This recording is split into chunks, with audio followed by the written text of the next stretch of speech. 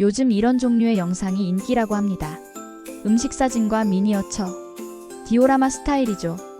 그래서 포토리를 활용하여 만들어봤습니다. 영상 끝에 대박 업데이트 계획 알려드려요. 놓치면 정말 후회합니다. 먼저 클링 AI에 접속합니다. 여기 비슷한 게 있습니다. 토스트에서 미니어처 형태의 작은 사람들이 열심히 일을 하고 있습니다. 이번에는 달걀과 우주인들이 나옵니다. 어떤 이미지로 만드냐가 중요해 보입니다.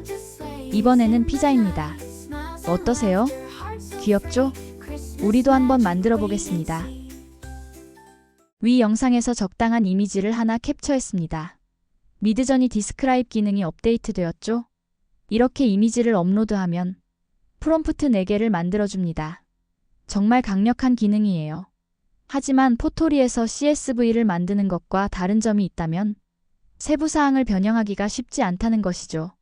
영어에 능통하신 분이 아니라면 GPT에 가져가서 수정해야 합니다. 4개의 프롬프트로 만든 이미지입니다. 원본과 비슷한 이미지가 만들어졌습니다. 이번에는 포토리에서 CSV를 만들어 보겠습니다. 포토리 GPTS에 접속해서 이미지를 업로드합니다. 잠시 이미지 분석 후 CSV를 만들어줍니다. 다시 한글로 만들어 달라고 요청합니다. 조금 익숙해지면 한글로 만드는 과정은 필요 없어질 겁니다. 영문, 한글 상관없으니 편한 대로 하시면 됩니다. 한글 CSV를 복사한 후 메모장을 열어 파일로 저장합니다. 파일 형식을 모든 파일로 하고 파일명 끝에 .csv를 입력하고 인코딩은 UTF 파일 그대로 저장합니다. CSV 작성 등 기본적인 사항은 전자책이나 다른 영상 참조하세요. 여기서는 자세히 설명하지 않겠습니다. 자, 이제 엑셀 프로그램을 열어 저장한 CSV를 불러옵니다.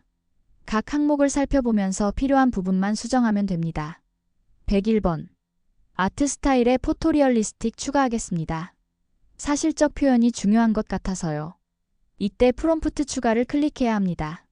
프롬프트 수정을 클릭하면 기존 항목에 입력되어 있던 키워드가 다 지워지고 새로 입력됩니다. 주의하세요. 201. 피사체 항목에 대형이라는 단어를 추가하겠습니다. 더 이상 수정할 것이 없으므로 프롬프트 생성을 클릭합니다. 생성된 프롬프트를 복사합니다.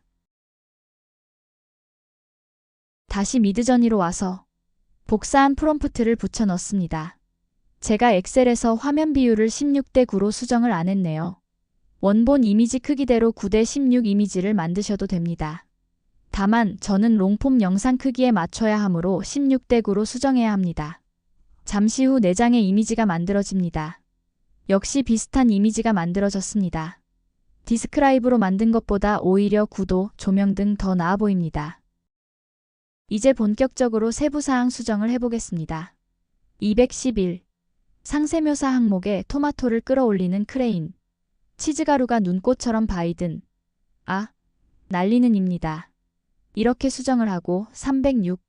날씨 항목을 눈이 내리는, 즉 스노위로 변경해 봅니다. 눈을 좋아하는 개인적인 취향입니다. 여러분은 다르게 수정하셔도 됩니다. 비가 오는, 안개 낀, 폭풍.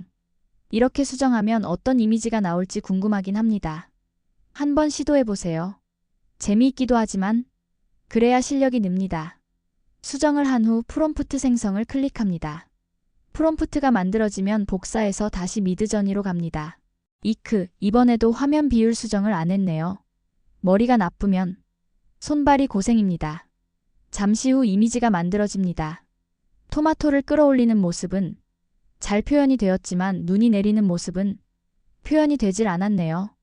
눈이 쌓인 이미지가 하나 있긴 합니다. 아무튼 각 세부 요소, 조명 등이 잘 표현되어 전반적으로 나쁘지 않아 보입니다. 이 상태로 영상을 만들어도 되지만 수정을 더 해보겠습니다. 다시 엑셀로 와서 피자 대신 스테이크를 입력합니다. 209. 피사체의 행동을 묘사하는 항목에 일부 작업자는 스테이크를 자른다 라고 입력합니다. 그리고 토마토 대신 스테이크를 끌어올리는 으로 수정을 하고 치즈가루라는 표현을 삭제하고 눈꽃이 날리는으로 수정합니다. 직접 표현을 사용하면 눈이 내리는 모습이 표현되는지 살펴보겠습니다. 다시 프롬프트를 생성하고 복사합니다. 미드저니로 와서 이미지를 생성합니다. 아이고, 이번에도 화면 비율을 수정 안 했나요? 참 바보 같습니다. 그리고 가끔 프롬프트 끝에 따옴표가 복사되는 경우가 있습니다. 이것을 삭제해 주세요. 생성된 이미지 보겠습니다. 스테이크 표현 여부, 눈 내리는 표현 여부 두 가지를 살펴보면 됩니다. 스테이크, 눈 내리는 모습이 잘 반영되었습니다.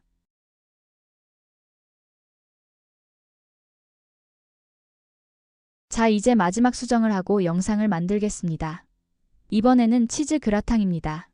스테이크를 자르는 것이 아니고 배를 타고 그라탕에서 노를 젓는다 라고 입력해 보겠습니다. 뜬금없이 배를 표현한다고요?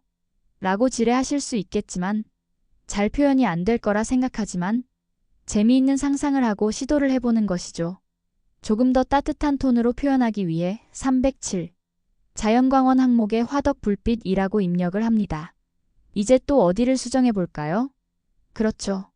이번에는 잊지 않고 화면 비율을 수정하겠습니다. 16:9 파라미터를 선택하고 프롬프트 수정을 클릭합니다. 이제 프롬프트 생성 버튼을 클릭하고 프롬프트 생성이 완료되면 복사합니다.